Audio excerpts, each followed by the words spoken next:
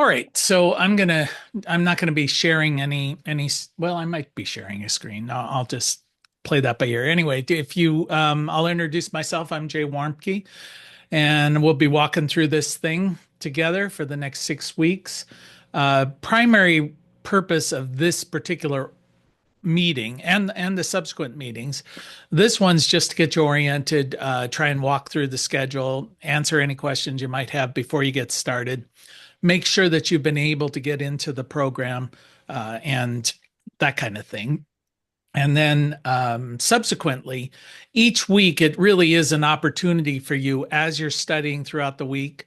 If you run into a concept that's difficult or you just don't understand or something seems confusing, it's an opportunity to bring it forward. And um, if you don't have those questions, then typically what I'll do is spend the time on the things that I think are difficult, So if you're shy about it and saying, "Oh, I don't understand the math or whatever," but some people would rather sit back and not come forward not understanding the math. So I'll touch on that. And speaking of the math, that's the thing everybody focuses on. Like that's gonna make or break you. It's not. There's nothing super difficult in this class.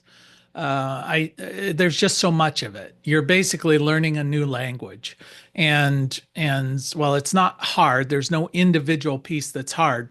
A lot of these things build on themselves, and you just have a lot of stuff to remember. That's really kind of it.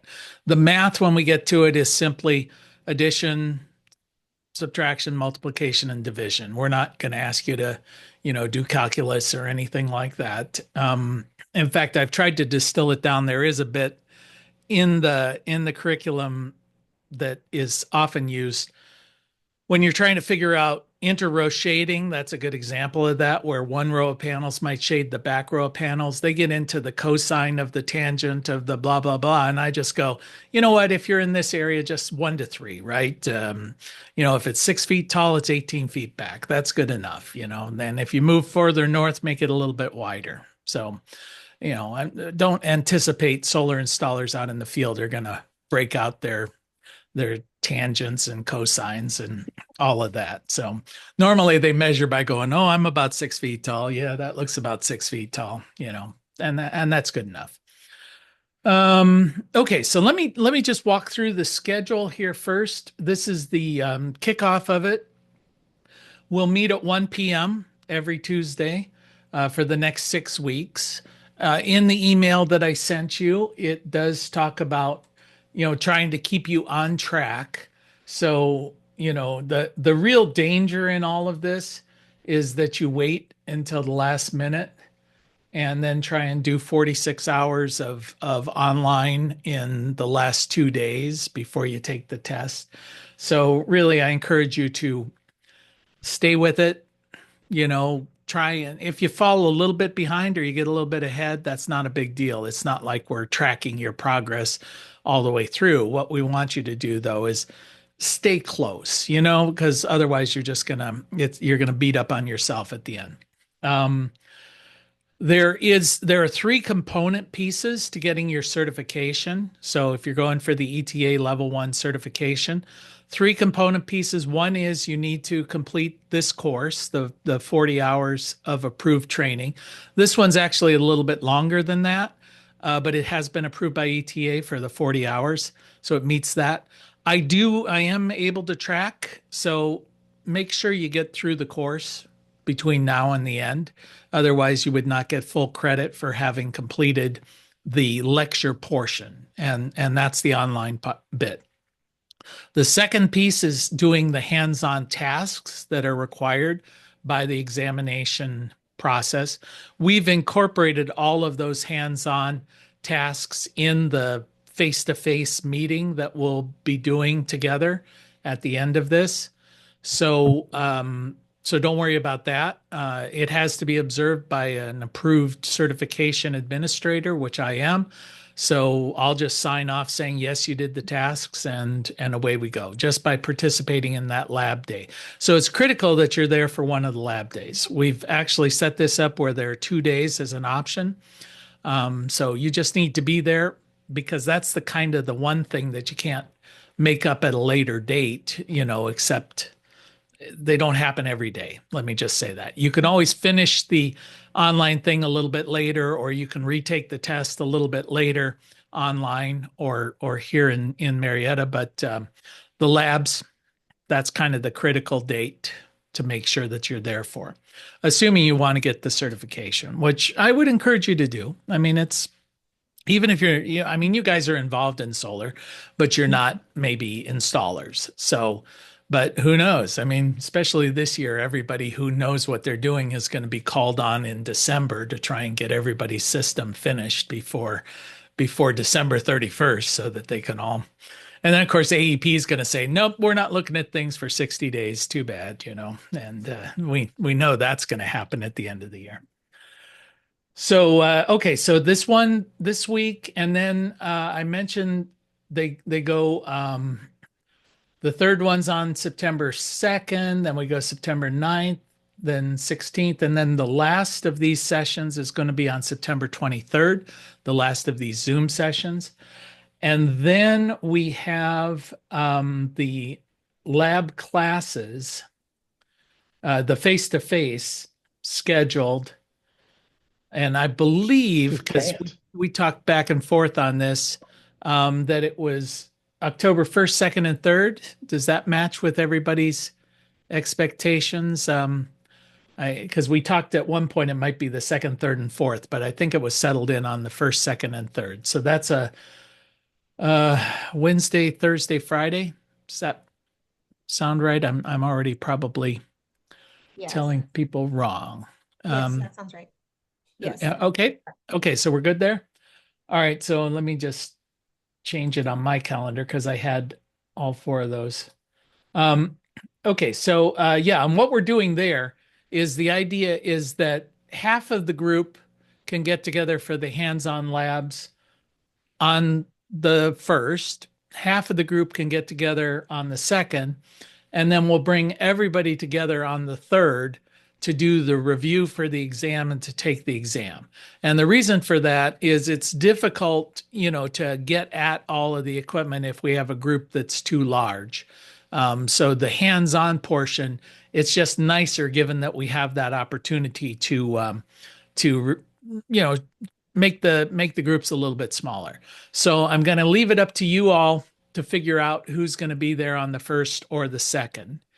Just remember, you'll have 2 days total that you'll be there. Even though it's scheduled for the 1st, 2nd, and 3rd, you're only going to be there either on the 1st or the 2nd. But everybody needs to be there on the 3rd for the exam. That hopefully is not too confusing. All right, and the lab day is going to take all day. It's going to take 8 in the morning till 4:30 or so, because there's just a lot of stuff to get through. The review and the exam, that one we get done a little bit earlier. We usually spend about 4 hours in the morning doing the review itself. And I found this to be very, very helpful to go through and just do a review of all of the material just before you take the test. I think it helps you, obviously, to pass the exam, because then we're going to break for lunch, have your lunch, however that's going to be handled, and then you'll have 2 hours to take the exam. So if we go from 8 until noon for the review, half hour, 45 minutes for lunch, then 15 minutes for orientation type thing about the exam, and then 2 hours. You should be out of there by 2 or 3. You've got 2 hours to take the test, but rarely. Some people take 2 hours, the full 2 hours. It's usually, if I have a group of 15 people, 1, maybe 2 take the full 15 or the full 2 hours. They're the ones who are very meticulous. There's always somebody who finishes 45 minutes or 50 minutes and they're out the door, and everybody else panics like, oh my gosh, are we almost out of time? So, at that point, I always have to say, listen, that guy either did real well or they failed. You just don't know, because either they knew all the answers or they're just like, yeah, forget it, I'm going home. So that's kind of up to you. But you have the full 2 hours. If you have any kind of issue, medical issue, disability issue, or whatever, where you need more time, let me know ahead of time. We can provide that. But 2 hours is ample. It's 75 questions. You need to get a 75% to pass. It's a multiple choice. When you look in the book, the format of the questions at the end of each chapter are very similar to the format of the questions on the exam. If anything, I feel like the end of the chapter questions are a little bit harder because I try and make them a little tricky sometimes. Because my philosophy in this is that if you miss the question, you're more likely to remember the correct answer. So if I can sort of trip you up a little bit while you're reviewing, that's all good, as opposed to just making them too easy. Another thing that's different is I use a lot of negative constructed questions, like which of the following is not a component in a PV system, for instance. And I do that because it gives me the opportunity to tell you three of them that are, and then one that's not. Whereas on the exam, they don't do that. They don't do negative questions because it can sometimes confuse you when you're taking. You just sort of trip over the not and then go to the answer where you're. So they've just found in testing negative questions often trip people up, especially if one of the answers has a negative, like which of the following is not, and then one of the answers says never do this, and then you're sitting there going not never. What am I talking about? So anyway, so they just try and make that simple and easy. And the hands-on portion is really it's if you show up and you work in the lab, you don't fail it. Really the whole purpose, it's not like, oh, you didn't crimp that connector just properly, I'm going to ding you on it. It's more, did you do it? Did you go through it? Were you exposed to it? That's kind of what they're wanting you to be, just exposed to these different practices, exposed to the equipment. And we found that to be very helpful, especially when the students go out there on the job, because it's nice if they've actually held a microinverter in their hands or a power optimizer, or they know what is the AC disconnect versus what's a combiner box, because you'd be surprised. I mean, basically in this industry at the moment, if you can fog a mirror, you're usually hired when you go in there to work on a crew. And then if you show up, you're still hired until a week later, and then they decide, nah, or they're disposable parts. That's basically. I mean, if anything, everybody's searching for bodies, and getting a body that's not doing drugs and shows up to work is increasingly difficult. And I'm not exaggerating. I mean, we've talked to so many crews where these guys OD on their way to work, stop in a bathroom, have to be hauled off to the hospital, or they didn't show up because their girlfriend didn't want him to be away for the day or whatever. And they're getting paid $50 an hour to do this work. And they're just like, yeah, you know what? I just don't want to. And so that's difficult. And we're kind of facing an issue at the moment. And this is why I started joking that maybe some of you will go out and install, is because the incentive, because the ITC has been eliminated for residential solar at the end of this year, it's going nuts with residential installs. In fact, they just did I'm trying to remember it escaped me anyway. It'll come to me. But anyway, the group that does these kind of studies, they found that they're up 200%, over year right now. And the installers I've spoken with, they're basically already booked through the end of the year. If you haven't gotten on board by now, good luck. Good luck. And they're searching for anybody who can be a subcontractor or whatever. And so this is the residential part, but that's still being dumped on top of the fact that the commercial, is still moving forward. So we're just going to see a massive shortage. Then the thing that we're worried about, of course, is January 1st, it all goes away. So you've got a big front end loading. So that's something that we just have to be careful of in our interactions with people who want to be installers. Is this something, you don't want to promise them this is a forever kind of thing. At least in the short term, it's going to be big. I think there's the commercial and the industrial and the utility scale That's just business as usual for the next 4 years at the moment. So I don't see that slacking off. And then I've done a few programs. I just wrote an article for ACES, the American Solar Energy Association. There's a few things, and this is going off on a little bit of a tangent, but I'm only mentioning it because you guys work with SOPEC, that the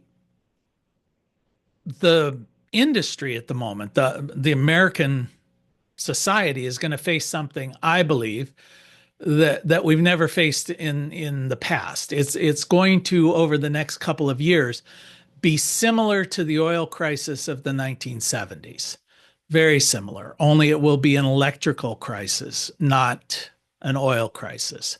And to give you a sense of perspective, the oil crisis, and you guys are way too young to have gone through that, but the oil crisis in the 1970s happened when the Arab nations, put an embargo on sending oil to the United States, and the cost of oil quadrupled, and the supplies were not available, and it basically sent the economy into a decade-long recession, effectively, and it just completely rocked our world. That happened because there was a 7% disconnect between supply and demand. Just to give you a sense of how inelastic energy is as a commodity, a 7% disconnect between supply and demand of oil completely rocked the world and sent us into a decades-long recession. Currently, under the best case scenario, as far as I can see, within 3 years, we're going to be at about a 10% disconnect between supply and demand if the Biden administration policies had been retained. We were already heading to a disaster. Trump has decided to put out a wildfire with gasoline, which is what he's want to do. And so he's just made a really bad situation a lot worse. As near as I can see, we're heading into a perfect storm of demand. And we're already dealing with the electrification of the automobile, which is going to add about a 14% demand increase over the next 3 years. AI and data centers, that's going to be about another 11 or 12% increase in demand. The electrification of heat, if you're not aware, everybody's switching over to mini splits and heat pumps and things like that. So we're disconnecting from natural gas, going to electricity. That's going to be another 8% or so. You get into the stupidity of Bitcoin, that's going to add a couple of percent. It basically costs $90,000 of electricity to generate one Bitcoin. So this is the world. They're basically trading electricity for currency. That's essentially what the whole cryptocurrency thing does. So when you start adding all of these things, then there's climate change, then there's the electrification of industry. All of these things are happening at the same time. I project, anyway, when I put all the numbers together, we could see a 44% increase in demand in 3 years of electricity. EIA is projecting 9%. All right. EIA is notable in that they have been wrong on every projection they've ever made when it comes to these things. So it's always good. I think they've got a room full of people who sit there and say, well, what happened in the past? I'm sure that's going to happen in the future. La-di-da-di-da, and so that's what they do. So anyway, if that happens, yeah, Katie, bar the door. It's going to be interesting. And as a little bit of just, this isn't my rambling and my doom scrolling, the Department of Energy, the DOE, just came out with a report where they're projecting a 100-fold increase in power outages within the United States within the next 3 years. Now, it's not 100%, it's 100-fold. So currently, on average, the average utility customer experiences 8 hours of power outage over the course of the year. They're projecting 817 hours on average of power outages in the United States. That's 2.5 hours a day.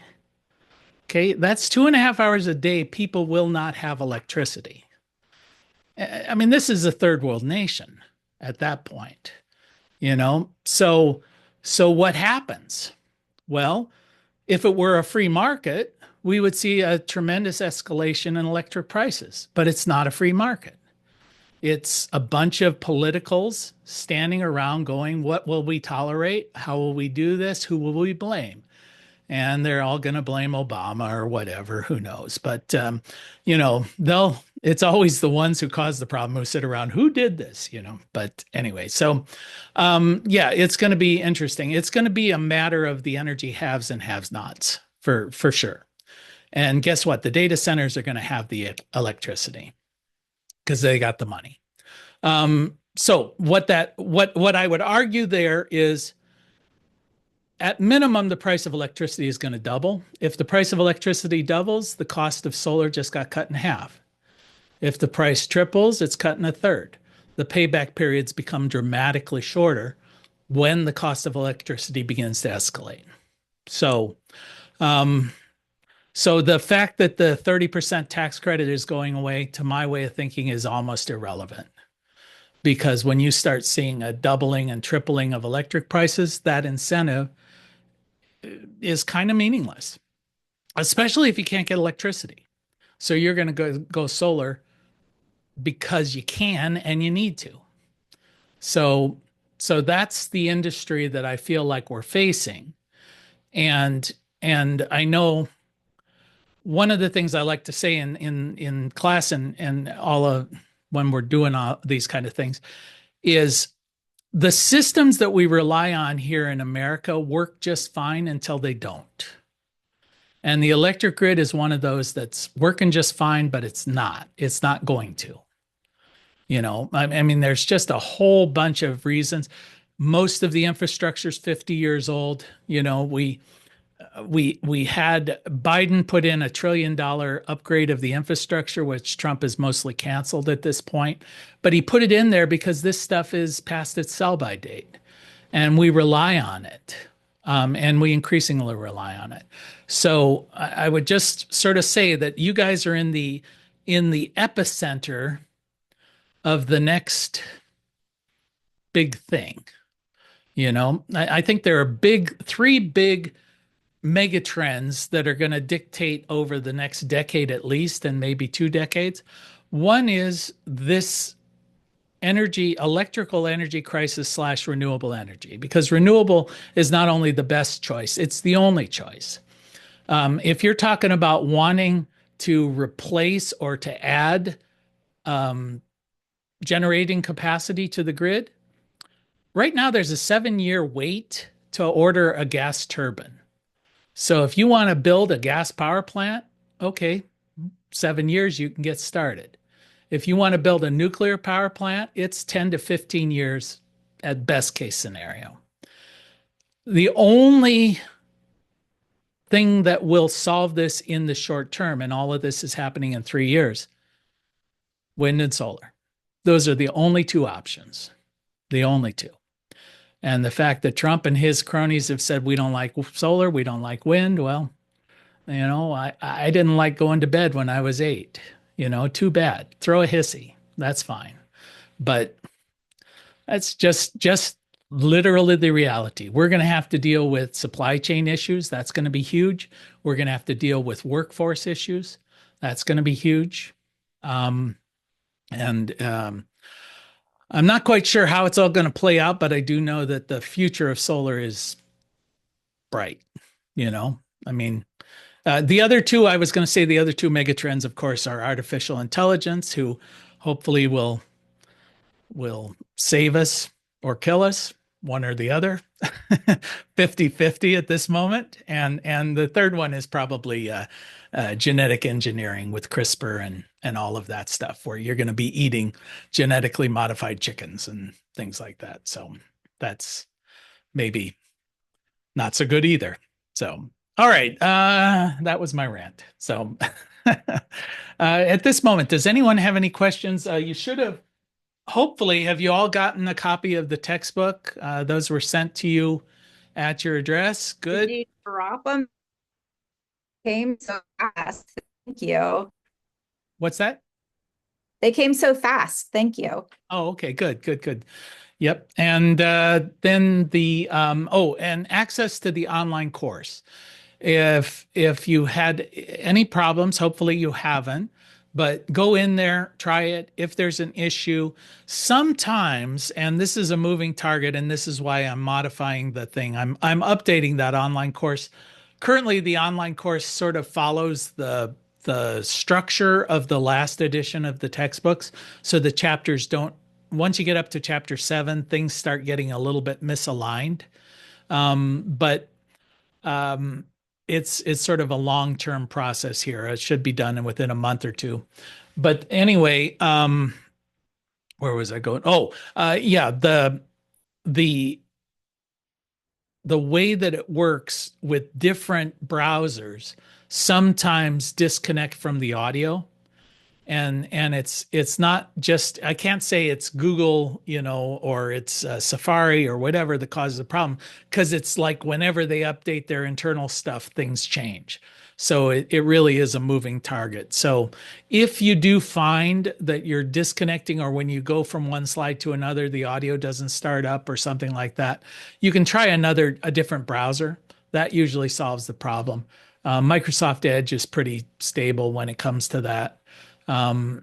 Your phones, the Apple phone versus the whatever the other one is, those, they sometimes, depending on the version of your operating system. So I haven't heard of a problem in a while, but I just mention it in case you run into that. I will also leave that online access open to you for at least a year. So if you want to go back, you want to look at it, that'll be fine. If when I do update with the new version, if you want access to the new version, just let me know and I'll give you access to that as well. This would be for the people who sit in the front row and raise their hand for every question. These are like teacher pet kind of things, so that's up to you. So anything else as far as the structure here? Get you going? All right. Well, that's, I think, pretty much everything I had for you. And like I said, the weekly meetings are an opportunity for you to ask questions. That's great. But if you have a question in between, just send me an email and I'll respond to that. You can call me, but phones, I'll show my age. I hate texts and I hate, if you want to talk on the phone, that's fine. If you send me a text, it might be days before I look at it. But if you send me an email, I'll look at it right away. So, and usually with my phone, texts show up like 4 days after they were sent for some weird reason. So I may not be ignoring you on purpose. It might just be that Verizon Wonderland or whatever. So, all right. Well, that's it. So we'll get together again 1:00 next time, and we'll hit chapters. What was it, 1, 2, and 3 next week. So if between then and now you can look those over and look at the online, that would be great. All right. Awesome. Take care. Thanks, Bye-bye. Jay. Thank you, Jay. Bye. Thanks, Jay. Thanks. Bye-bye. Bye-bye. Thank you.